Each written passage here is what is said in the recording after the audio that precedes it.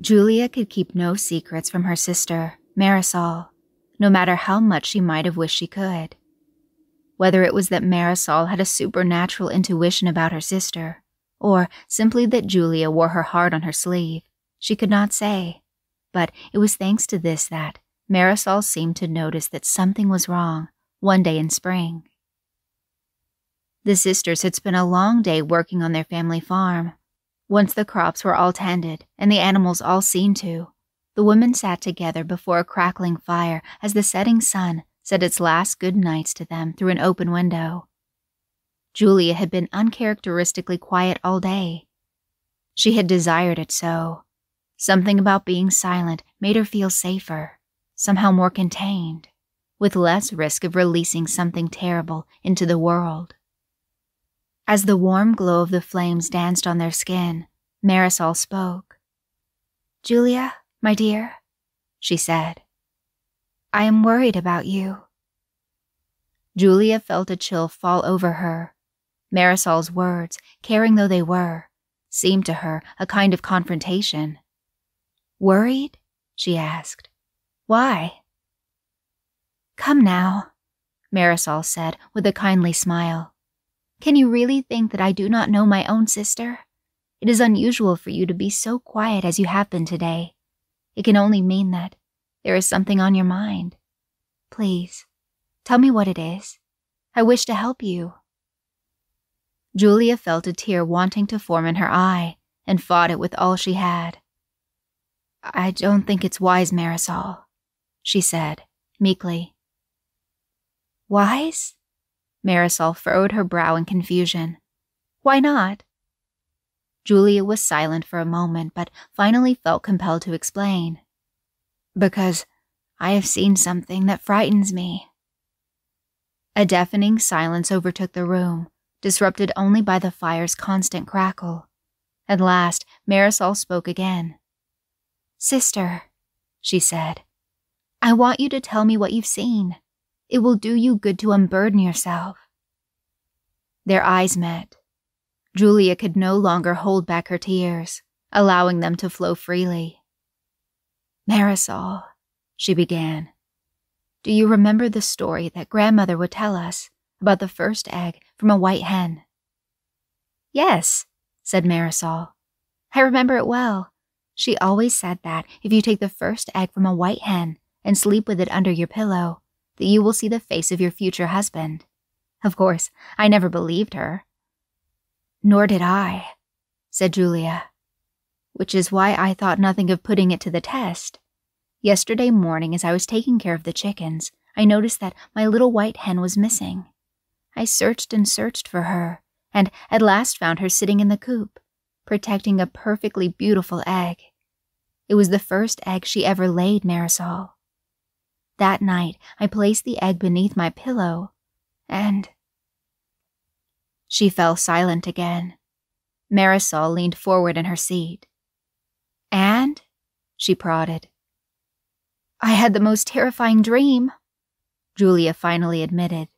She was shaking now, and her tears continued to fall. "I dare not tell you the details, but it is enough to say that I fear some harm may come to you." "To me?" Marisol asked. "Yes." Marisol's expression became distant as she appeared to put the pieces together. "At the hands of—" "Yes." Julia interrupted her. She buried her face in her hands and sobbed. Marisol made numerous attempts to confront her sister. She repeated her disbelief in the old legend. These things she did, but to no avail. Julia would not allow herself to be calmed, fearing that the moment she let her guard fall, she would see disaster strike.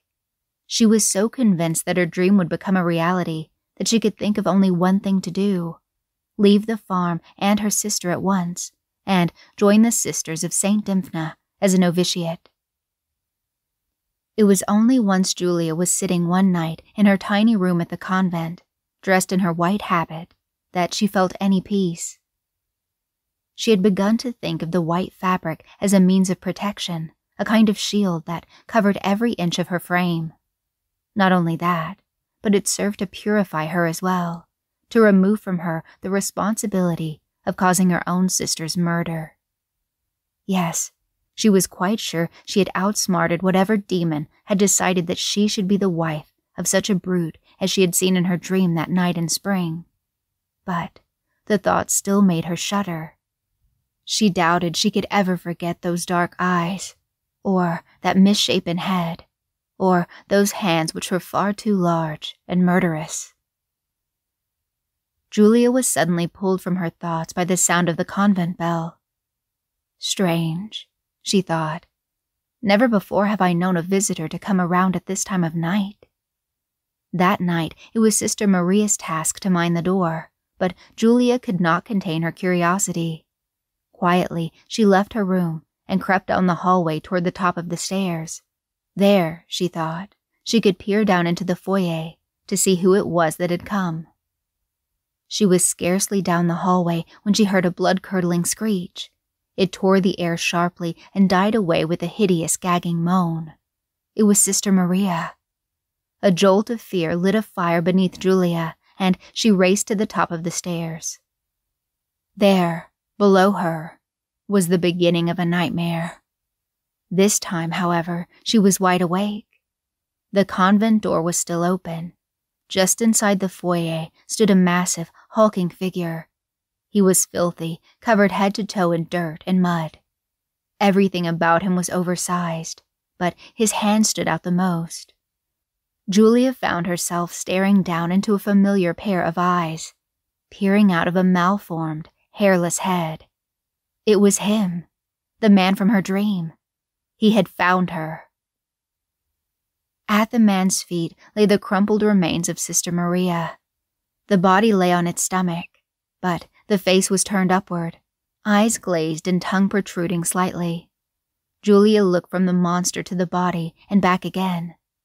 The last time, their eyes met, and the gruesome creature smiled at her, flashing its twisted, yellow teeth.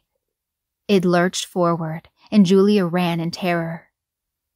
She never stopped running, not even as she could hear the chorus of screams rise in her wake. Hot tears stung her eyes as she thought of what each scream must mean, of what she had brought to this formerly holy place, now tainted by the hand of a devil. All the while she kept on, turning down corridors she'd never been down before, hoping to lose the beast entirely. She turned down one hallway and thought she spied a door at the very end. When she got there, however, she found that she was mistaken, forcing her to turn back. It was too late. Speeding down the hallway toward her was another young novice. The man was right behind. It was a sight she had seen before. This very moment had occurred in her dream, the dream that foretold this man's arrival. It suddenly struck her how similar the young nun looked to her own sister, how her features, softened by the darkness of the hallway, could easily be mistaken for Marisol's. Julia knew what was coming. The other novice cried out, "Sister!" just as she had in Julia's dream. The man was upon her. He grabbed her savagely by the neck and pulled her to him. She struggled and shrieked as he lifted her up off the ground. He sank his teeth deep into the flesh of her neck and viciously tore out a large chunk. She choked and convulsed in his grasp, and he let her fall to the ground with a sickening thud. The last moment was just as Julia remembered it. The man's eyes were wild with animal hunger as he stalked toward her, licking his bloody lips. And a big thanks to my patrons, Miriam, Dan, Jacob, Teddy Dog, Shoji, Katie, Patricia, and the Reptile. Thanks so much for making the decision to support my channel.